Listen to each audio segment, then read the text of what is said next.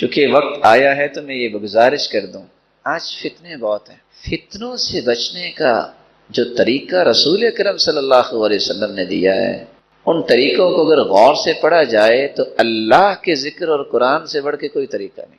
گھر گھر میں جادو، ٹونا اور نہ جانے کیا کیا نام ہے۔ عقبہ بن عامر رضی اللہ تعالی عنہ کہا کرتے تھے کہ امرنی رسول اللہ صلی اللہ علیہ وسلم ان اقرأ المعوذتین بعد کل صلاة، اللہ کے رسول صلی اللہ علیہ وسلم نے مجھے ہر نماز کے بعد آخری 2 سورتیں پڑھنے کا حکم دیا۔ جو شخص صبح و شام کے اذکار کرتا ہے اور پھر ہر نماز کے بعد اذکار، اور اس روایت کی روشنی میں ہر نماز کے بعد آخری 2 سورتیں، اللہ کی رحمت اور اس کے فضل سے نہ اس پہ کبھی جادو ہوگا نہ کبھی ٹونا ہوگا۔ اس لیے آپ ذکر پہ کبھی سودے بازی نہ کیا کریں۔ اور حیرانگی ہوگی آپ کو یہ بات سن کے، امام ابن تیمیہ رحمۃ اللہ علیہ، ہم نماز پڑھتے ہیں نا، تو نماز کے بعد حالانکہ نیکی کی غرض ہوتی ہے، محبت ہی ہوتی ہے، ایک دوسرے سے سلام کرتے ہیں آ کے، چلو جی کوئی معزز آدمی آیا، ان سے کوئی سلام کرنا چاہتے وہ اپنے منہ پہ ہاتھ رکھ لیتے، کیونکہ اس وقت سنت کیا ہے؟ ذکر کرنا، سلام لینا نہیں ہے۔ اور ساتھ کہتے ہادی غدوتی، یہ میرا کھانا ہے، اگر میں نے یہ کھانا نہ کھایا تو میں زندہ ہی نہیں رہ سکتا۔ ذکر کرنے کے بعد پھر ملتے، اور ان کا اخلاق کتنا عالی تھا۔ اس لیے نماز کے بعد ذکر پہ آپ کبھی کمپرومائز نہ کیا کریں۔ اور اس کی ایک اور وجہ ہے، صحیح بخاری کی روایت اگر میں ساتھ ملاؤں، جو شخص فرض نماز پڑھتا ہے اور اپنی جگہ پہ بیٹھا رہتا ہے، اپنی جگہ سے کیا مراد ہے؟ میدان فی مصلی، جہاں اس کے قدم ہے، جہاں اس نے سجدہ دیا، یہ جگہ اس کی ہے، اپنی جگہ پہ بیٹھ کے ذکر کرتا ہے، اللہ کے نورانی فرشتے اس کے لیے 3 دعائیں کرتے ہیں۔ پتہ ہے ان فرشتوں کی تعداد کتنی ہے؟ دوسری صحیح بخاری کی روایت ہے کہ ان للہ ملائکۃ سیارۃ فضلا، اللہ کے کچھ موبائل فرشتے ہیں جو ہر وقت زمین میں گردش کرتے رہتے ہیں، یبتغون مجالس الذکر، اور وہ اللہ کے ذکر کی مجالس کی تلاش میں ہوتے ہیں۔ فإذا وجدوا ذلك جلسوا معهم، اگر ان کو کوئی ایسی مجلس مل جائے تو وہ بھی بیٹھ جاتے ہیں۔ وہ کتنے ہوتے ہیں؟ حتى يملأ ما بين السماء والأرض، زمین اور آسمان کا خلا ان فرشتوں سے بھر جاتا ہے۔ ایسے کتنے کو ہو سکتے ہیں؟ اس کی تعداد میں اور آپ اندازہ کر سکتے۔ جس شخص کے لیے اتنے فرشتے 3 دعائیں کریں، اور دعا کیا ہے؟ اللہم اغفر لہ، اے اللہ اس کو معاف کر دے، اللہم تب علیہ، اے اللہ اس کی توبہ کو قبول فرما لے، اللہم ارحم، اللہم اغفر لہ، اللہم تب علیہ، اللہ اس پہ رحمت کی برکھا برسا دے۔ جس کو 3 دعائیں کھربوں فرشتوں کے مل جائیں، اور یہ بات طے شدہ ہے، فرشتوں کی دعا رد نہیں ہوتی۔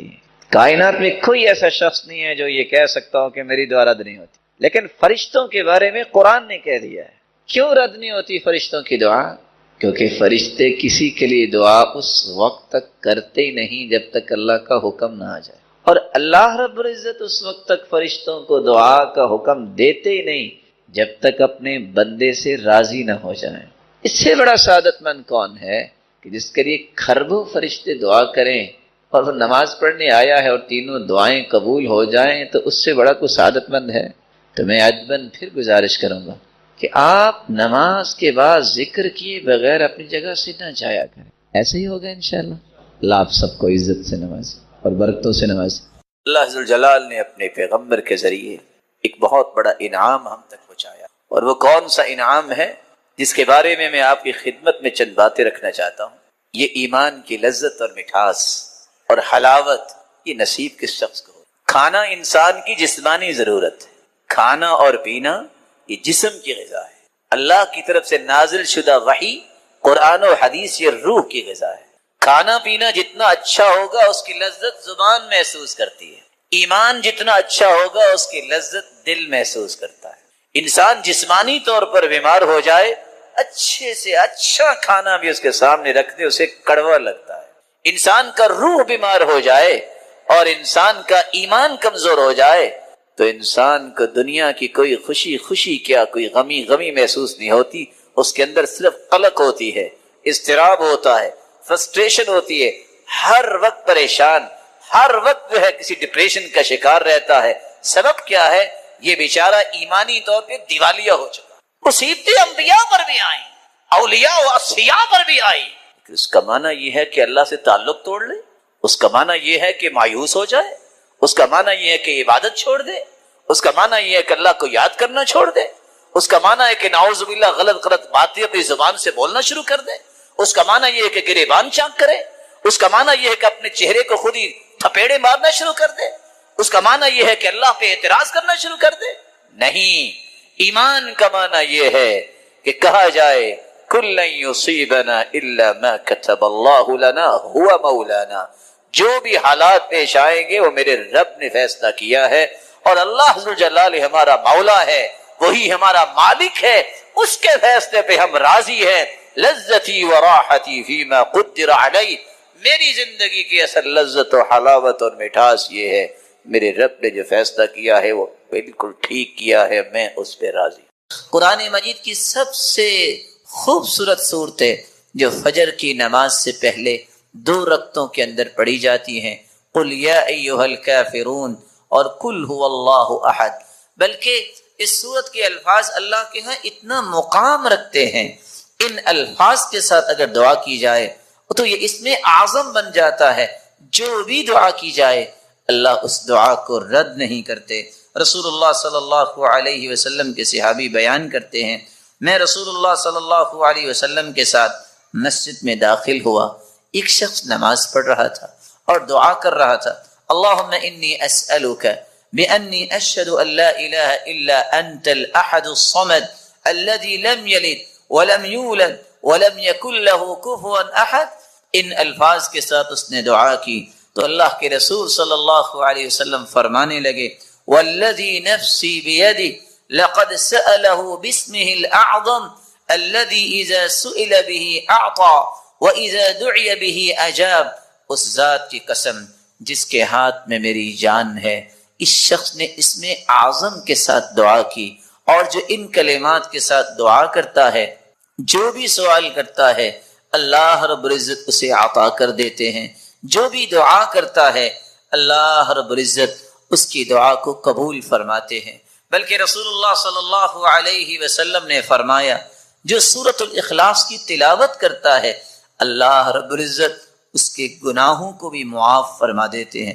ایک مرتبہ نہیں، آپ نے 3 مرتبہ فرمایا قل یا ایھا الکافرون فقال قد برئ من الشرک۔ ایک آدمی کو قل یا ایھا الکافرون پڑھتے سنا، آپ نے فرمایا یہ شرک سے بری ہو گیا۔ دوسرے شخص کو سنا وقل هو اللہ احد پڑھ رہا تھا، فقال غفر له، اللہ رب العزت نے اس کے گناہوں کو معاف کر دیا ہے۔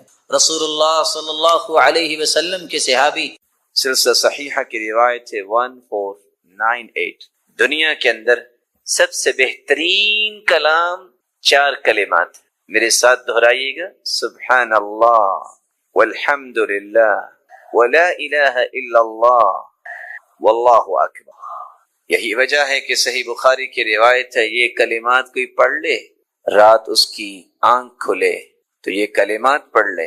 اور ایک دوسری روایت میں ولا حول ولا قوت الا باللہ کے بھی الفاظ ہیں، یہ الفاظ پڑھنے کے بعد جو بھی دعا کریں گے اللہ ذوالجلال وہ دعا رد نہیں کرے، وہ دعا رد نہیں۔ میں آپ سے بھی کہوں گا کہ ہر چیز میں اللہ کی حکمت، ہو سکتا ہے رات کو آپ اٹھیں لائٹ نہیں ہے، مت پریشان ہو سکتا ہے کہ کسی کام کی غرض سے اٹھیں کہ میں نے تہجد پڑھنی، یا آپ کو یاد آ گیا کہ میں نے تو وضو نہیں کیا تھا اور نیند آ گئی، چلو وضو بنا کے دوبارہ سوتا۔ اٹھتے ہی آپ کی عادت بننی چاہیے، اور خود لا شعوری تک یہ بات چلی جانی چاہیے، شعور سے کراس کر کے کہ میں نے یہ کرنا ہی ہے۔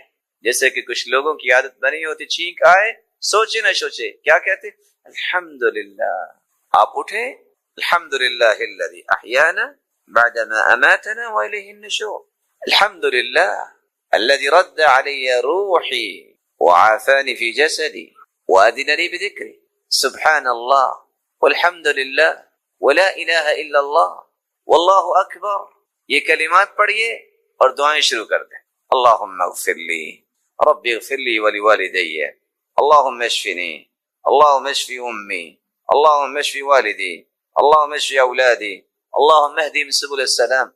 جو دعائیں کرتے ہیں، اللہم اکتب لی الفوز والنجاح فی الدنیا والآخرہ، اللہ دنیا اور آخرت میں میرے لیے کامیابیاں لکھ دے، جو دعا چاہتے ہیں وہ مانگ لیں، اللہ اسے رد نہیں کریں۔ رسول اللہ صلی اللہ علیہ وآلہ وسلم نے یہاں تک فرمایا کہ یہ افضل ترین کلمات ہی نہیں ہیں کیونکہ اس میں اللہ ذوالجلال کی تعریف، بلکہ یہ بے مثال عمل ہے۔ صحیح مسلم کی روایت 6843 سیدنا ابو ہریرہ رضی اللہ تعالی عنہ سے مروی ہے، من قال حین یصبح وحین یمسی سبحان اللہ وبحمدہ 100 مرہ، جو شخص صبح اور شام 100 مرتبہ یہ کلمات پڑھ لیتا ہے، میرے ساتھ دہرائیے گا، سبحان اللہ وبحمدہ۔ اللہ تعالیٰ کی تقسیم ہے نا کہ کچھ کلمات زبان پہ لائیں تو ابھی زبان ان کا نطق شروع نہیں کرتی کہ پورے جسم میں ایک خوشی کی لہر دوڑ جاتی، اور وہ اللہ کی تعریف، وہ اللہ کی رسول پر درود بھیجنا ہے۔ سبحان اللہ وبحمدہ 100 مرتبہ اگر کوئی کہہ دے، لم یأتی احد یوم القیامہ بافضل مما جاء به الا احد قال مثل ما قال او زاد علیہ۔ قیامت کا دن ہوگا جب اعمال پیش ہو رہے ہوں گے تو 100 مرتبہ سبحان اللہ وبحمدہ کہنے والے کو جو اجر ملے گا، یہ صرف اس کو ہی ملے گا اس سے زیادہ اجر جس نے اس سے زیادہ پڑھا ہوگا، وگرنہ اس جیسا اجر کسی کے نصیب میں نہیں، کیونکہ اس میں اللہ کی تعریف۔ بلکہ صحیح مسلم کی روایت ہے 6847 رسول اللہ صلی اللہ علیہ وسلم نے فرمایا، سیدنا ابو ہریرہ رضی اللہ تعالی عنہ بیان کرتے ہیں، لَأَنْ أَقُولَ سُبْحَانَ اللَّهِ، رسول اللہ صلی اللہ علیہ وسلم کا فرمان ہے، لَأَنْ أَقُولَ سُبْحَانَ اللَّهِ وَالْحَمْدُ لِلَّهِ وَلَا إِلَهَ إِلَّا اللَّهُ وَاللَّهُ أَكْبَرُ أَحَبُّ إِلَيَّ مِمَّا طَلَعَتْ عَلَيْهِ الشَّمْسُ۔ اللہ اکبر۔ دنیا اگر ساری کی ساری مجھے مل جائے، اس سے زیادہ میرے نزدیک پیاری چیز یہ ہے کہ میں یہ 4 کلمات کہہ دوں جو پوری دنیا سے بہتر ہیں، سبحان اللہ والحمد للہ ولا الہ الا اللہ واللہ اکبر۔ بلکہ رسول اللہ صلی اللہ علیہ وآلہ وسلم نے فرمایا، صحیح الجامع کی روایت ہے 3214 سیدنا ابو ہریرہ رضی اللہ تعالی عنہ بیان کرتے ہیں، خذوا جنتکم من النار، اگر آگ سے بچنے کی کوئی ڈھال لینا چاہتا ہے تو وہ کیا ہے؟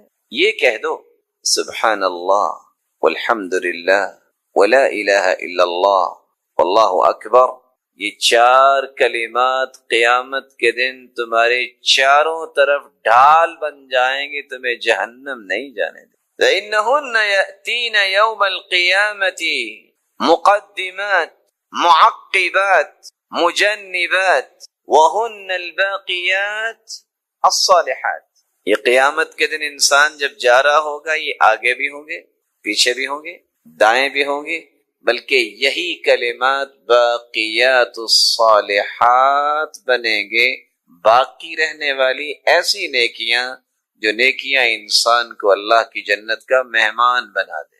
رسول اللہ صلی اللہ علیہ وآلہ وسلم نے تو یہاں تک فرمایا، سیدنا ابو ہریرہ رضی اللہ تعالی عنہ سے مروی ہے، صحیح ترغیب کی روایت ہے 153 نوح علیہ السلام کی وفات کا جب وقت آیا، انہوں نے اپنے بیٹوں کو بلا کر وصیت کی اور کہا، بیٹو آمرکما بلا الہ الا اللہ، اپنے دونوں بیٹوں سے کہتے ہیں میں تمہیں حکم دیتا ہوں کہ تم کثرت سے لا الہ الا اللہ پڑھنا، فإن السماوات والأرض وما فيهما لو وضعت في كفة الميزان ووضعت لا إله إلا الله في الكفة الأخرى كانت أرجح۔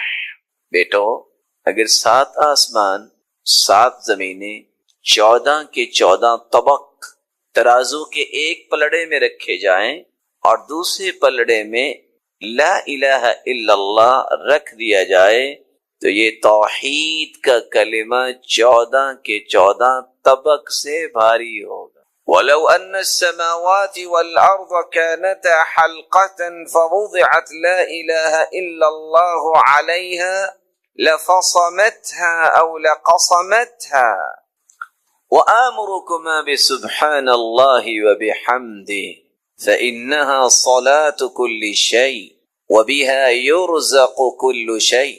میرے بیٹوں میں آپ کو ایک دوسری چیز کی نصیحت بھی کرتا ہوں کہ تم لا الہ الا اللہ کے ساتھ ایک کلمہ اور پڑھا کرو، سبحان اللہ وبحمدہ، سبحان اللہ وبحمدہ. اس کلمے سے کیا ہوگا؟ فإنها صلاة كل شيء، ہر چیز کی نماز یہی کلمہ ہے. قرآن مجید میں اللہ فرماتے ہیں وَإِن مِّن شَيْءٍ إِلَّا يُسَبِّحُ بِحَمْدِهِ وَلَكِن لَّا تَفْقَهُونَ تَسْبِيحَهُمْ. ہر چیز اللہ جلال کی تسبیح بیان کرتی، پاکی بیان کرتی ہے، لیکن تمہیں سمجھ نہیں ہے کہ پاکی کیسے بیان کرتی. اور یہاں اللہ کے رسول صلی اللہ علیہ وسلم فرما رہے ہیں کہ سبحان اللہ وبحمدہ کائنات کی ہر چیز کی نماز ہے. وَبِهَا يُرْزَقُ كُلُّ شَيْءٍ، یہ اس سے بڑا انعام ہے کہ سبحان اللہ وبحمدہ. یہ کلمات اتنے مبارک ہیں، ان کلمات کی وجہ سے ہر ایک کو رزق عطا کیا جاتا. تو رزق کی فراوانی اگر کسی کو درکار ہو تو ان کلمات کو کثرت سے پڑھے. بلکہ صحیح ترغیب کی ایک روایت ہے 1564، سیدنا انس بن مالک رضی اللہ تعالی عنہ بیان کرتے ہیں جاء رجل بدوی الى رسول اللہ صلی اللہ علیہ وسلم. ایک دیہاتی شخص آیا اللہ کے رسول صلی اللہ علیہ وسلم کے پاس. آج کتنے لوگ اس بات پہ پریشان ہوتے ہیں کہ مجھے دیہاتی نہ کہیں. یاد رکھنا دیہاتیوں میں 2 وصف ہیں، یہ سیدھے ہو جائیں تو ان جیسا سیدھا کوئی نہیں ہوتا، کیونکہ ان میں تکلف نہیں ہوتا، اور اگر ان کے مزاج میں اکھڑا پن آ جائے تو ان جیسا کوئی ضدی بھی نہیں ہوتا. الاعراب اشد کفرا ونفاقا. لیکن اللہ ذو الجلال جن کو ہدایت دے دے وہ پھر مثالی بنتے. یہی وجہ ہے کہ ایک شخص دیہاتی جب آ کے مجلس میں بیٹھا تو عذاب کی باتیں ہو رہی تھی. پھر اللہ ذو الجلال کی صفت بیان ہوئی رحمان الرحیم. تو پوچھتا ہے مرنے کے بعد کہاں جانا ہے؟ تو اس نے کہا اللہ کے پاس. کہتے ہیں وہ اللہ جو رحمان رحیم ہے؟ کہا جی ہاں. کہتے پھر خیر ہے، اس کی صفت ہے نا رحمان رحیم، وہ رحم ضرور کرے گا، بس سیدھے ہو جاؤ، اس کی بات مان لو، پریشانی والی کوئی بات نہیں. اگرچہ اس نے بڑی سادگی سے یہ بات کی ہے لیکن حقیقت یہ ہے کہ اس نے ہر چیز کو بیان کر دیا. جاء رجل بدوی الى رسول اللہ صلی اللہ علیہ وسلم فقال یا رسول اللہ صلی اللہ علیہ وسلم علمنی خیرا. دیہاتی آ کے کہتا ہے اللہ کے رسول صلی اللہ علیہ وسلم مجھے کوئی خیر سکھا دے، خیر کی بات سکھا دے. آپ نے فرمایا کہو قل سبحان اللہ والحمد للہ ولا الہ الا اللہ واللہ اکبر وعقد بیدہ 4.